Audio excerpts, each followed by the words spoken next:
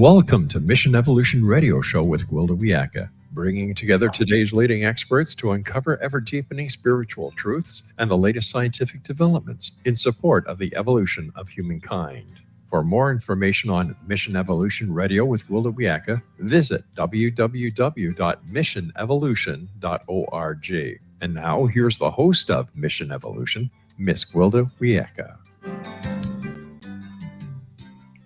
Most people try not to dwell on the subject of death. Still, it is a universal experience. Regrettably, we don't receive guidance on how to navigate the journey from this world to the next. Is there any guidance to be found? Mission Evolution Radio Show is coming to you around the world on the X-Zone Broadcast Network, xzbn.net. With us this hour to explore supporting the death process is Nancy MacMILLAN. Nancy is a registered psychotherapist and former certified health practitioner who's worked in acute care, palliative care, and long-term care. She's now in private practice. Nancy holds a degree in economics, followed by graduate work in adult education at the University of Toronto. She did further graduate work at Queen's University in Theology, specializing in spiritual care in a pluralistic society. Nancy is the author of Call to the Far Shore, Carrying Our Loved Ones Through Dying, Death, and Beyond. Her website, nancymacmillan.substack.com. Nancy, thank you so much for joining us on Mission Evolution. Hello, Gwilda. Thank you so much for having me. It's a real pleasure. So, Nancy, your bio states you were a certified spiritual health practitioner. What is that exactly? Yes, most people will know the work through chaplaincy, and the work has morphed into multi-faith chaplaincy, and then the title has become spiritual care practitioner in many places, just to denote that there is a pluralistic role to this work now, and it also denotes the degree of training that we've undergone, usually graduate work, plus years of clinical training that has actually made us into psychotherapists now as well. So we have a dual role in many places now. So what do you mean by pluralistic? Well, it means able to meet people where they're at, regardless of their religious tradition or spiritual beliefs, or having no religion or spiritual beliefs. We're there for the human being in front of us, and being able to enter into their world and their culture in whatever way that is helpful and that they are willing to enable us to meet them at, and being support, especially in a hospital setting where they're undergoing usually trials and tribulations. So that's why it's shifted from certified spiritual health practitioner, to spiritual health practitioner from chaplain?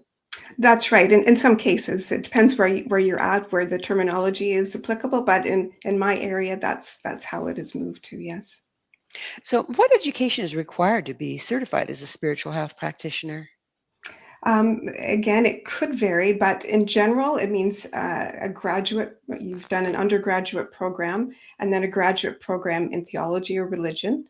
And then there is clinical education that is above and beyond that can be very intensive. It's about, learning about yourself first and foremost, and then learning the skills on how to meet another person with as much clarity and integrity and skill as one can. I can understand how you'd need to know yourself first before you could do that.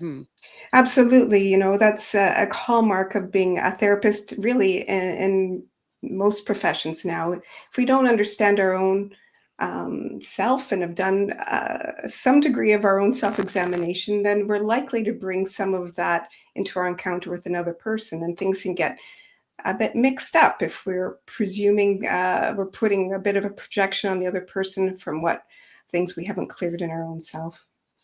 And it's a moving target, I'll bet. Definitely, yes. So Nancy, what brought you to work with the sick and dying? Yes, it's I've had many encounters in my own life with my own mortality, different illnesses, and then a deep brush with cancer that opened me up to to all that goes with that, and my experiences brought me to the edge of breaking me open, really, to see the possibilities that we go through when we go through a deep illness. And then, of course, being up close to my parents dying and death, also broke open the window of, or the door even, of death, and made me see that there's so much more going on than many of us have had a chance to really understand, given the way our culture has shaped our life these days. We're far removed from a deeper experience of what happens at the edge of our life that might take us into death. And there's so much going on there. And I was able to experience some of that and see so much more than I ever thought. And I wanted to explore that further, which then, took me into the professional world of it, which enabled me to be at the bedside of many people who are very ill, who are dying, and experience more of what happens at the edge of our life into death. When you were suffering with your illnesses, did you have a near-death experience yourself? I wouldn't say I was a near-death experience in the way that we have come to understand it, where it's a dramatic instant where one leaves your body and has a very, illuminating experience. Mine was a much longer drawn out one over a course of several years, undergoing different treatments for cancer that brought me to the edge over numerous times, so that I felt like I was getting a glimpse of the other side and receiving some levels of illumination at maybe a slower rate, maybe at a rate that I could absorb. But it was transformative for sure. So those glimpses of the other side, would you mind going into those for us? Well, the glimpses happened in the sense of, being at the edge of one's ability to tolerate the likelihood of dying, and then receiving messages over and over again in different ways from different beings, I would say, from my ancestors, that I'm not alone, and that there was always grace wrapped up in every encounter that took me closer to the edge of death. And that started showing me the light that is always wrapped in our darkest times. And that has been a guiding force for me now. Yeah. Yeah, Nancy, so many people, when they go through something like you've gone through, become pretty self-absorbed because it's such a trauma. Mhm. What made the difference for you? How did you transmute that into the service that you're in today? Hmm. Well, I think we might get self-absorbed in the immediacy of it. But I think many people break through that, and we can get a greater perspective of life and death through going through something profound. And that perspective is what really reshapes a life. It gives a sense of really what is most important in the world and in our lives and amongst our relationships. And then the preoccupation with one's smaller self and the smaller day-to-day stuff, it gets in the balance less significant, and we can weather this little storms. We die these little deaths, and then the bigger death, we're more prepared for. So has it really permanently changed your life having gone through that? Yeah, definitely, yes. I feel I've been marked with a bit of grace of God by having come to that edge, um, and then coming to that edge with other people. Then I get that rubs off on me again, and I get to see the light that's on the other side of that door that looks so formidable, and that death becomes a formidable, what could be foe, but I have come to see it, that we can make it into a friend as well. One that we have to struggle with and do our hard, deep dive of work with, but it shapes us and recreates us and makes us stronger and sturdier for this world. And it gathers around us beings that can help us weather the storms and make us fit for a new life and new service. And yeah, that sense of perspective is something that we need to come over and over again. And I was lucky to have been brought to that brink. And I remember the first night of facing the diagnosis, and I had 2 young children. And the only way that I got through that first night of pondering that I would have a very short life was imagining the drastic difficulties that other people in other parts of the world were ongoing that were far greater than mine, because I had all the comforts of my home and support and family. And so that, right at the very beginning, gave me an inkling that our small suffering is only a small part of the much larger world that we're all trying to move through and find our way with. And there's always somebody who's struggling more deeply than we are. And that, in an ironic way, gave me the strength to put in perspective my own. Well, speaking of which, what are your perspectives on death, dying, and how do they differ from mainstream? Well, I'm going to be optimistic and say that the mainstream is catching up. It's a long time coming, and there's still strong pockets of our culture and society that fear death and want to control it to the point where we think we don't need death anymore, that we can evade it or sidestep it.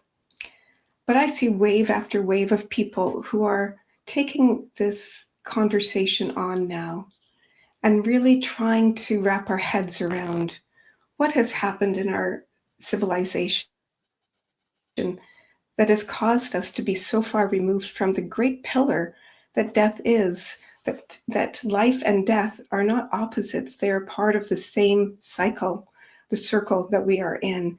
And as we touch back into many of our heritages, our ancient heritage that gives us the wisdom that is helping us now reclaim the wisdom that dying has for us, that helps us know that, yeah, we have limitations in our human life that includes death, and that can we accept that and know that along with that comes an abundance of grace and an abundance of a life that continues beyond our narrow sense of what reality is on this shore of life. Do you feel that we have distanced ourselves from death to our own detriment?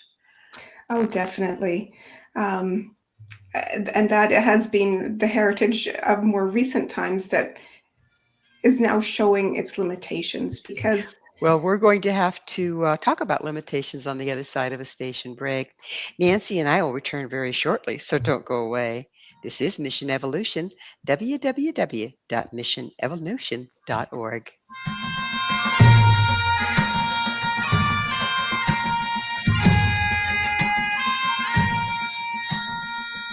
One people, one nation, searching through the night. One people, one nation.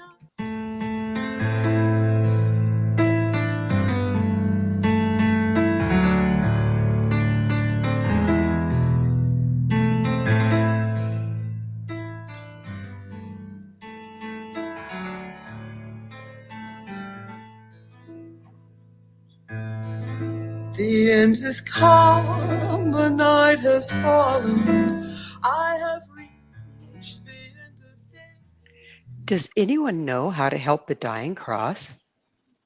With us this hour discussing stewarding the dying is Nancy MacMILLAN, the author of Call to the Far Shore, Carrying Our Loved Ones Through Dying, Death, and Beyond.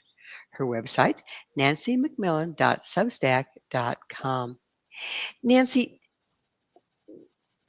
when you are on this side, how can we help the dead to get to the other side?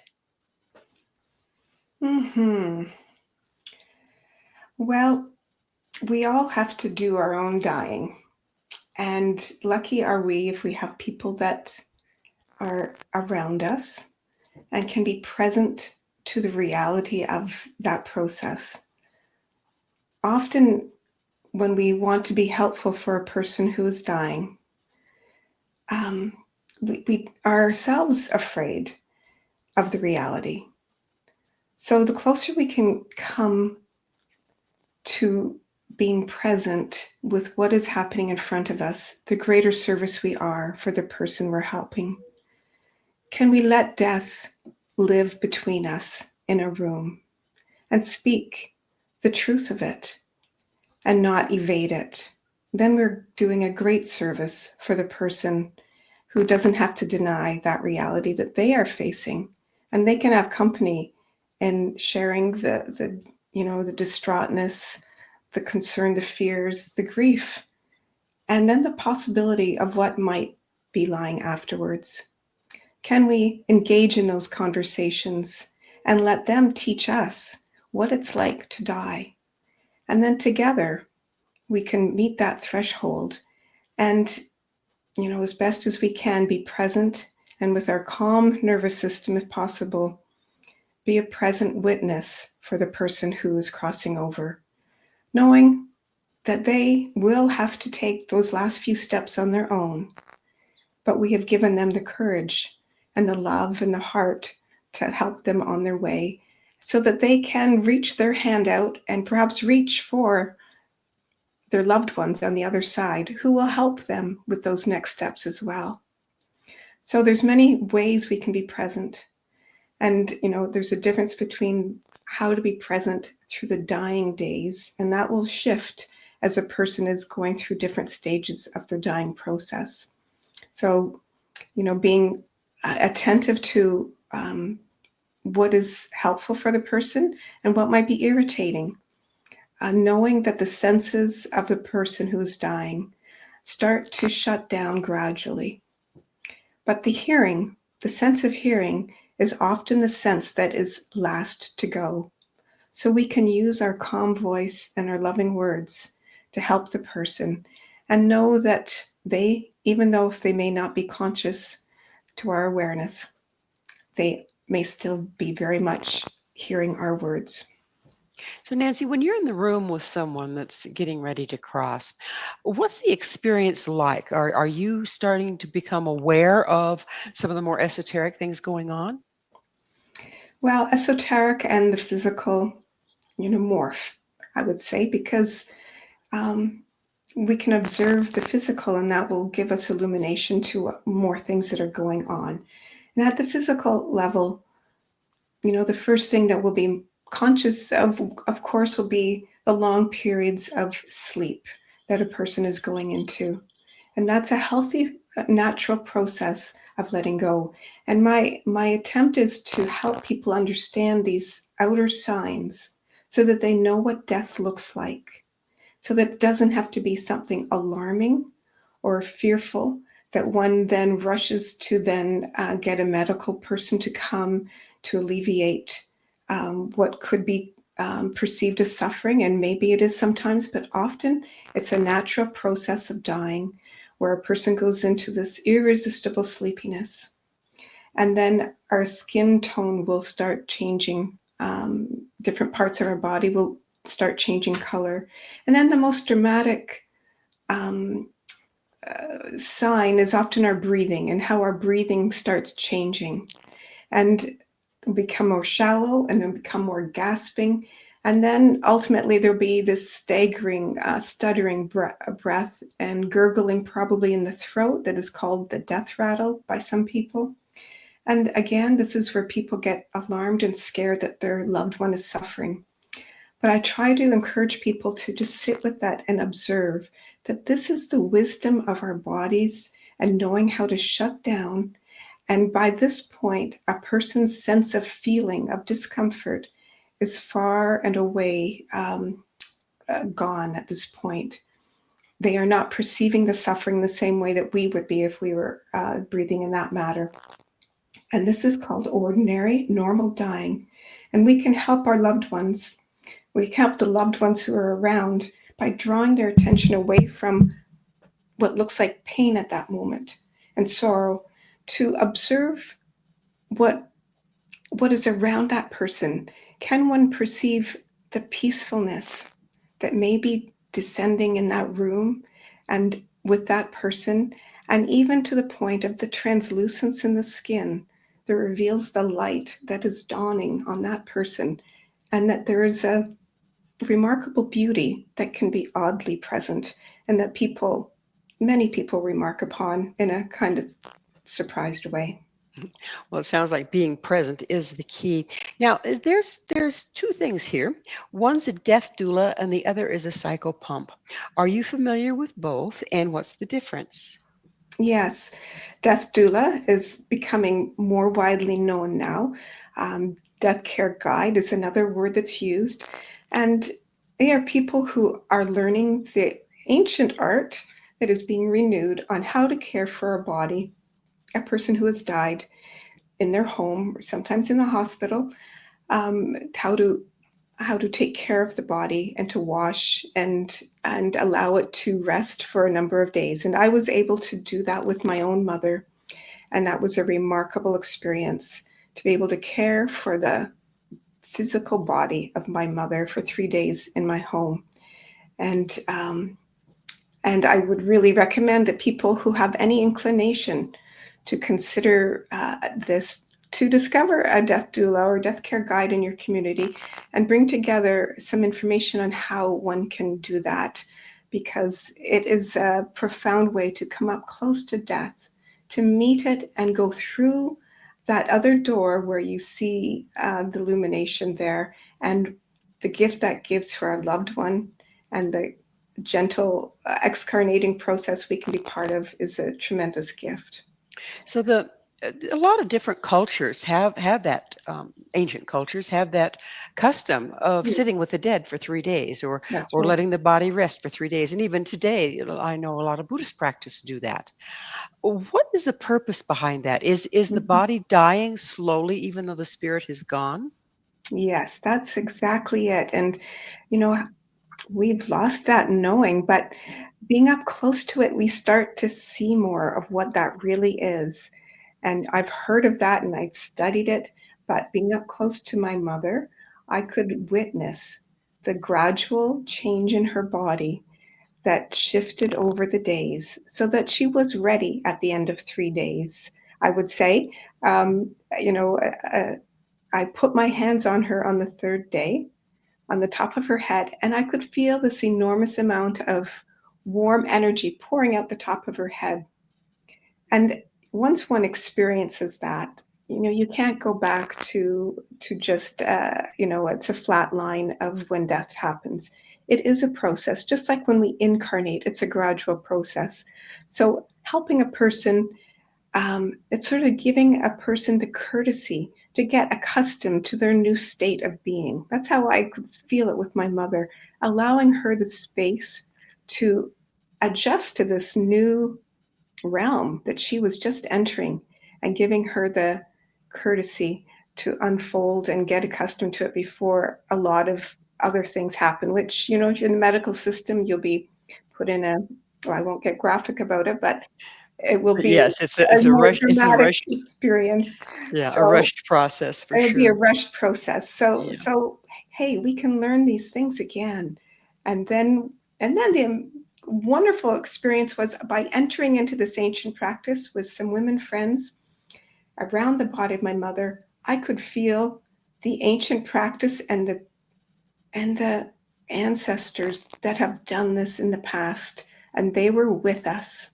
Mm. So And there's we a thinning in the veil of sorts. absolutely, and they recognized what we were doing. And they came because they could feel, oh my goodness, people are finally doing what we recognize and what we know. Yeah. So that covers the death doula. What is a Mhm. psychopomp, and how So do they differ? psychopomp is a person who can cross over through that veil a little further and help the person who is dying, who's going through the death stages, and help them release further with more support and more intentionality. And that's a role that is even further away in our culture. And I don't know very many people who are doing that, but I welcome the time when we will have more insight into that role once again. So these people, are they trained like shaman? That's where they go into trance and work with the other side? That's my understanding, yes. And and so in indigenous cultures, that would be a well-known and well-traveled path that is closer to be able to be accessed now. In the Celtic tradition, there were certainly people called watchers, I believe, that had that ability. And so I think that we will become more awake to the possibilities of that again, because there's a lot of common ground between our old cultures and indigenous cultures. And by leaning into each other, we can start remembering and then hopefully go back to the cultures where our own psyche has some resonance and dig deep and bring some of our old knowing to the fore again. So how has your work changed your perspective on death, on your own death? On my own death. Hmm. Well, I get to live closer to it all the time.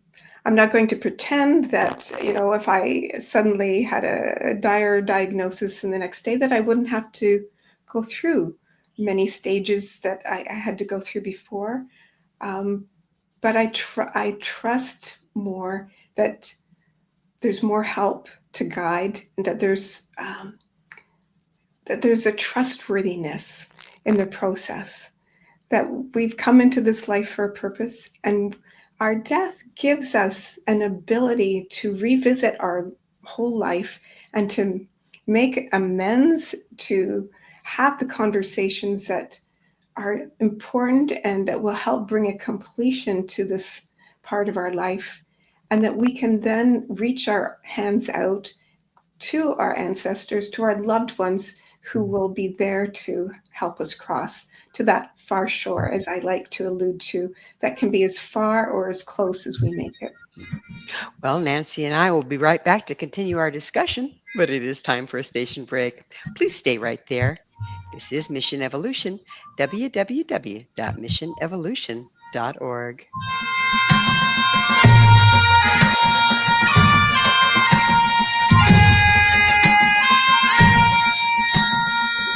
One people, one nation, searching through the night. One people, one nation, searching for the light. One people, one nation.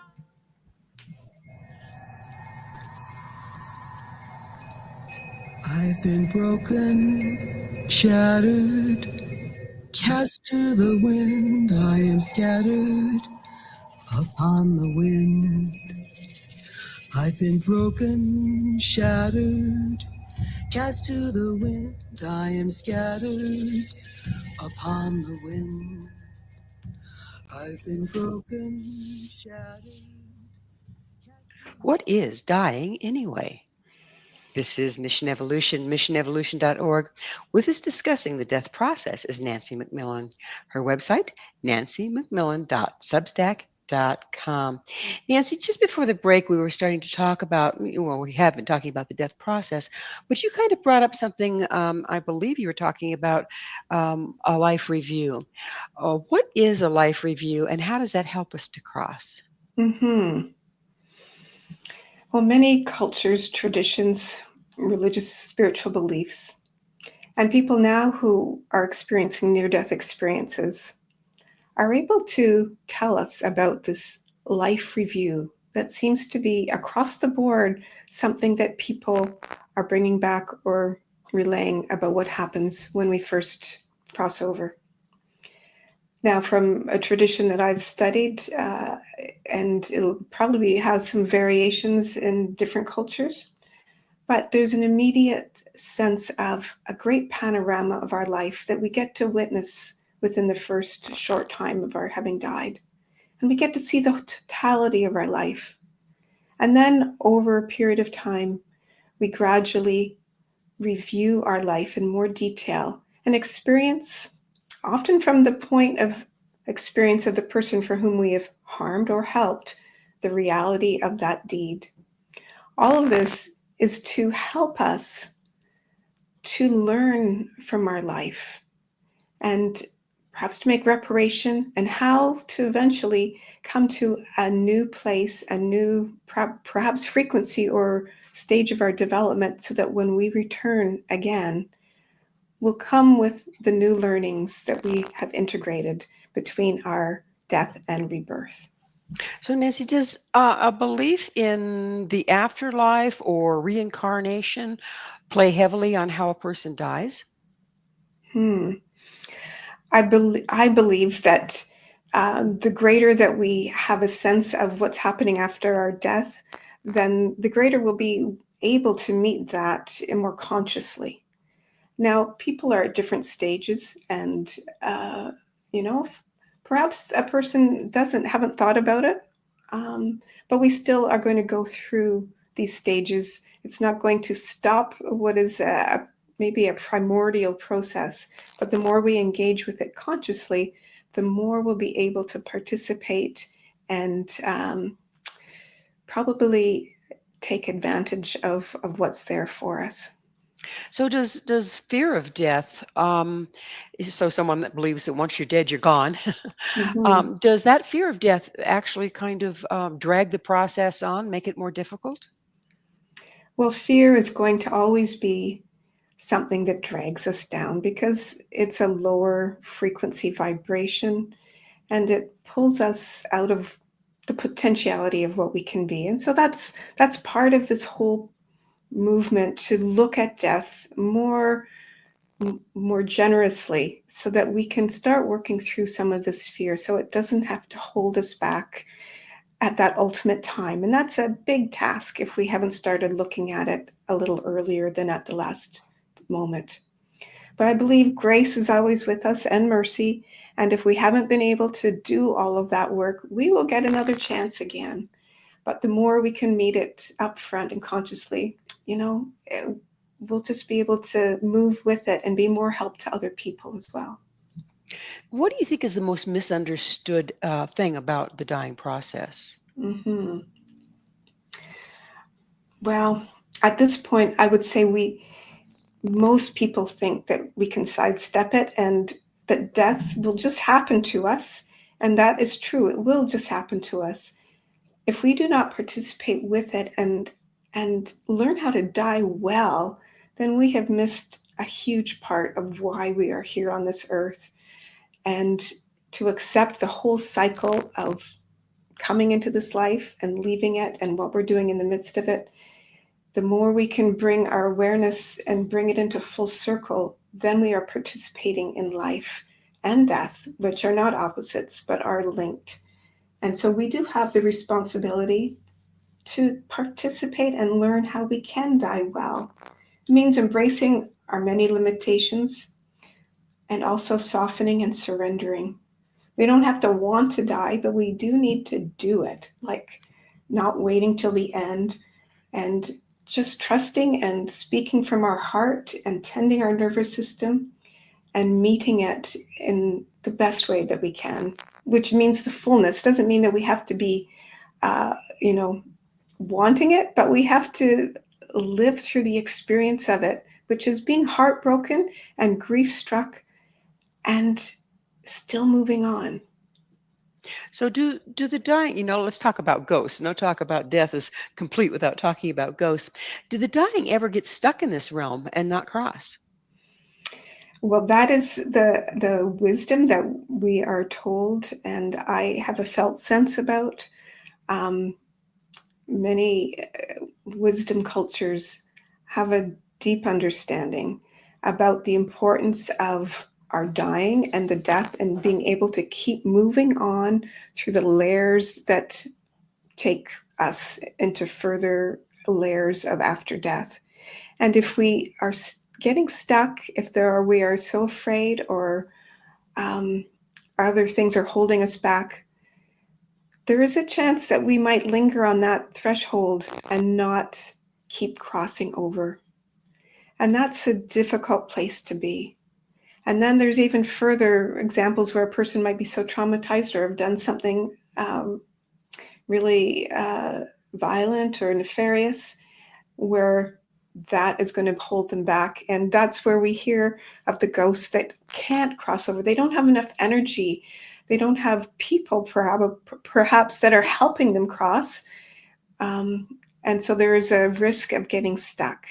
And so that's the whole world now of trying to understand that we have a role to play in how we help our loved ones cross, and that grieving and mourning and bringing ritual and celebration to the process is a way to gather energy for our loved ones who are dying, who are crossing, that will help them keep going and not turn around and look for the energy back with us. I know in some traditions, the one that's coming to mind is the Tibetan. The group will totally gather and eventually light fire to a photograph or something where the whole group this is after the person's died, but the whole group is, helping their spirit then to cross to the other side.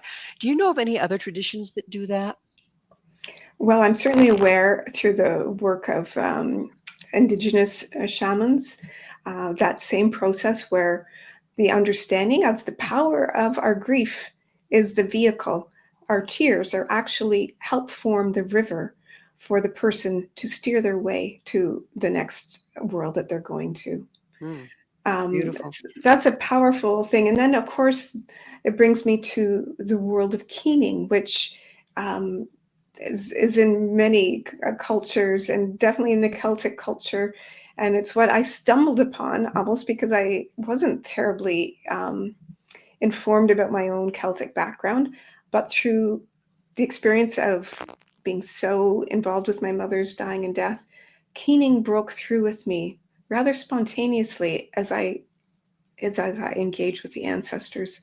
And the power of that keening, of really allowing at a very visceral, physical level, the heart to break open and this flood of tears to overtake my body, and the wailing that occurred, it did bring me in touch with that river that is a pure river of life that I could feel refreshed in, not drowned in. And I believe that is what people are talking about, that is the current that allows our loved ones to ride on, to help them move to the next place. Have you noticed, or are you aware of how the Judeo-Christian belief in hell, and some people feel that maybe they haven't lived the life that they should, that the fear of where they're going to go plays part in their death process?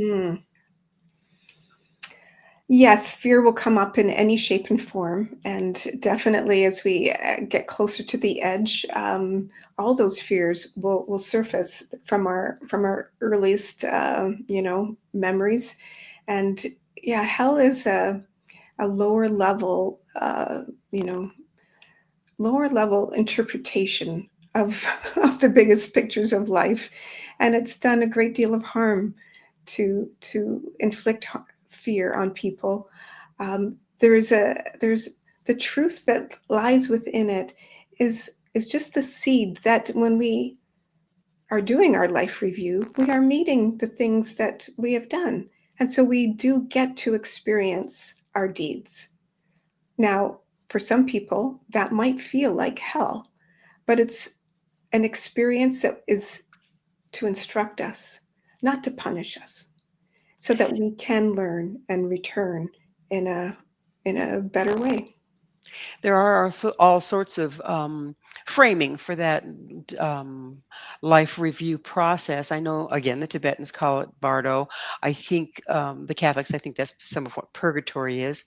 But it's not very well understood in our society. Do you think preparing people better for that very experience could ease their crossing? Yes, and it will depend upon where a person is at, but I think we have to prepare ourselves. And the more that we have a sense of a continuity with something that is beyond this reality, then we can start entering into a new imagination. And I think that is at the crux of so many things, is learning how to let our imaginations and the myths and symbols that we've carried with us, throughout all of cultures, to start speaking to us again, so that it gives us a bridge to the other world. And when we start creating the bridge, then we start wondering about it. And then perhaps the other side starts speaking back to us, because we are starting to be open and wondering. Just this idea of openness and wondering and interest cultivates interest from the other side. And then we start having some communication intuitively, whether we consider ourselves psychic or not. Just the small nudges that tell us, oh, talk to this person, or pick up this book, or listen to this podcast. All those little things come from somewhere, and they start in tiny ways to start building the bridge to a much bigger perspective that will help us. We've certainly lost that, haven't we? Mm-hmm. Yeah, it's I think to our great detriment, like we spoke earlier. Well, we're about to go into a station break, but on the other side, I'd really, really love to pick up on the concept of ancestors and what it really means. Please stay with us as Nancy and I continue to explore dying, death, and beyond. This is Mission Evolution, www.missionevolution.org.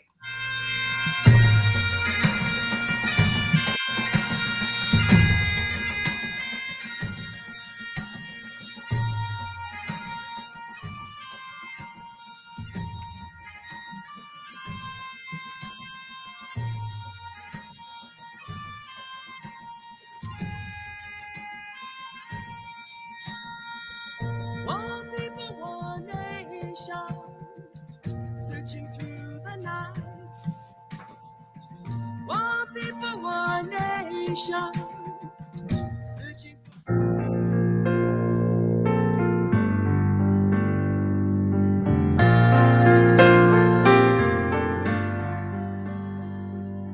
Brilliant feathers of an unearthly hue lie high on the edge of his dream.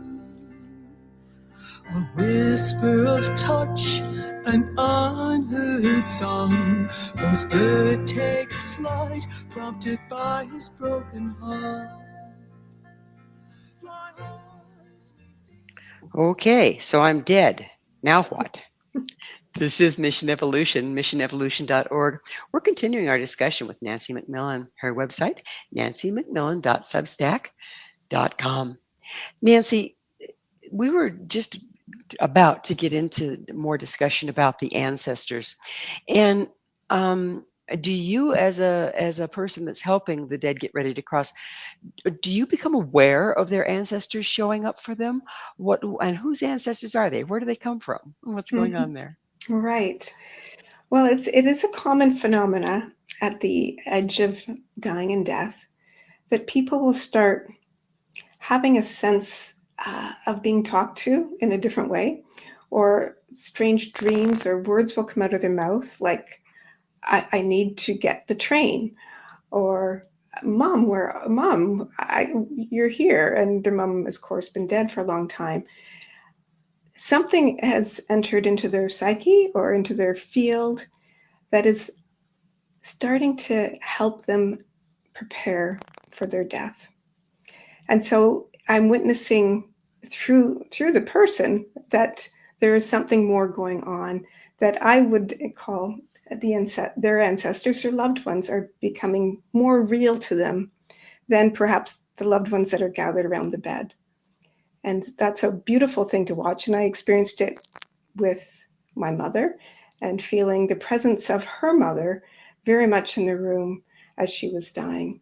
So I've experienced this phenomena, and it just makes sense that they are there and they want to be of help. They want to be of help throughout our lives, but perhaps they get access to us at that edge, because sometimes that's the only crack we've given them, that we've let go enough of our ego self that we are now porous enough that we can let that numinous side that our ancestors are part of in. Do you feel that they're always here? It's just a matter of us being able to reach a frequency where we can see them or sense them as we're getting ready to die? Oh, absolutely. And, I feel I'm part of the attempt to revive that knowing that our ancestors are not gone. They're just in the next room. But it's been a long time since we've allowed ourselves to experience that. And so, yes, they can feel far away because we haven't allowed them a seat at our table, so to speak. But there's all kinds of ways that we can begin to re-engage with them.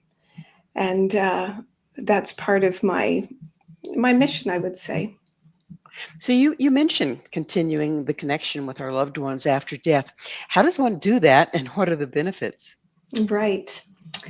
Well, there's two broad paths. We can go the external path where we start just getting more interested in them as who they were and getting their pictures and remembering their stories and what they like to eat, and there's in our genetic genealogy history, so we can gather that external world and start getting curious and interested, and that often starts triggering things. And then we can also do the more quiet inner work of coming into some stillness and even just in our quiet place saying their name from our hearts and paying attention to what starts shifting around us. Can we feel a little glow? Can we feel a sense of warmth or tingling? These are small signs that are very real, that begin that journey to know that we are always in communication with our ancestors, but we do have to open the door and do our part to welcome them in, say hello, and to be expressing gratitude and honor so that they can find us and that we can, for both our sakes, be helping each other again. There's lots of different seemingly strange customs that has to do with, like, the Choctaw used to carry the bones of literally the bones of their ancestors when they'd move. Mhm. And so you can, scientifically look at that and go, there might be some communication going on with the DNA still in the bones. Mhm. Then there was another one, as European, of having hair wreaths. Are you familiar with those? Hair rings, is that what you said? Wreath, like a Oh, Christmas wreath, but it's made oh, out of okay. little twists of hair of the dead ancestors, which is kind of strange. Okay. I didn't know if you'd heard about that, and what are your thoughts on that? Well, just as you say, that there is something still living in its minute form, but as a fractal part that we obviously people from other traditions and that are more in touch with their ancient roots of knowing uh, could use as a relic. And a relic is something that is a communication tool that allows that bridge to happen. When we have lost touch with some of those instruments, let us say, it requires our own bodies and beings to become that instrument. And perhaps it's harder, but that's what we have now. So can our heart be that instrument that through the power of our love and our remembrance and gratitude can start being the bridge? Well, if we think about it, if they're ancestors, we're carrying some of the frequency, right? In our Absolutely. DNA. There you go. Very fascinating. Very fascinating. So, if you were to tell someone, okay, so say I know my time is nearing, or even if I don't know my time is nearing, but I just want to be, thorough and be prepared. What do you suggest for people to do to become friends with death, to get more prepared? Hmm. Well, it's going to look a little different for everybody given what you've already done in your life to prepare. But the first step, is feeling the feelings, and we all will go through the depths of despair or anguish or fear and alarm and recoil, and allow ourselves the mercy to do that and to keep going. That's the thing, is can we keep moving with it? And then another stage, might break through. So then we're in a new place and we can look around again. Can we have the conversations with those whom we love and perhaps those whom we have been estranged from to make clear our hearts with them? Because it's much easier to do that work on this side than it is to have to take it over to the other side or into other lifetimes. Let's do the work that we came here for and have the hard conversations, the loving conversations that break people open and make what's most important real between us.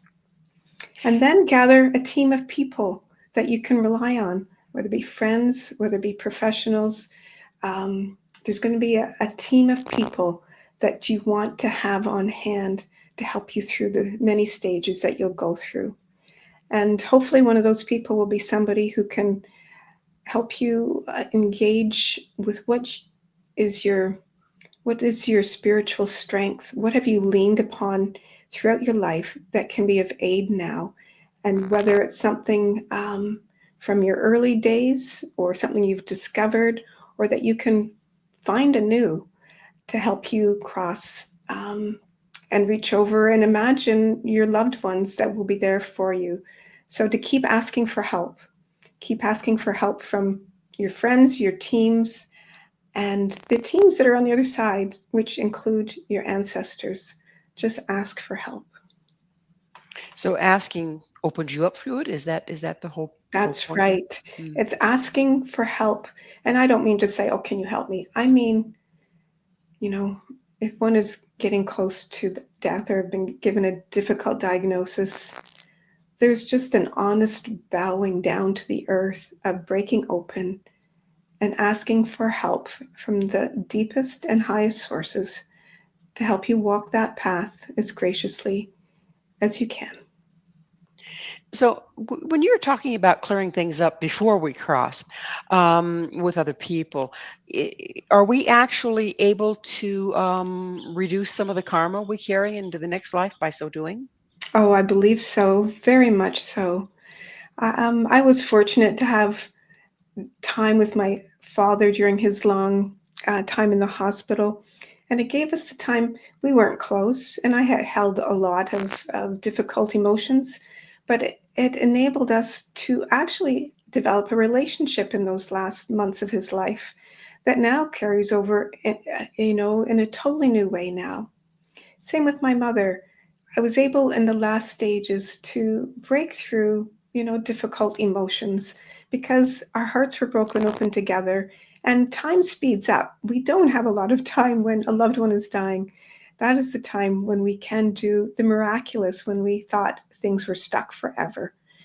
Some hurts are so deep that they might seem impossible, but I think there's always a small step we can take to liberate the denseness of those feelings that will only help to liberate the energy that will allow us and our others to pass over in a more clear way, less attached to old stories that are not going to serve us as we move on, for sure, because they're usually attached to stories that are old and that, we're trapped into that victim and perpetrator mentality that we're being shown now has got to be lifted and lightened because it's a circle, it's a trap that will only entrap us into another loop of difficult circumstances if we don't start clearing somehow, some way, in whatever way we can. Is it easier for the ones left behind to let go when they have done that work with the dying?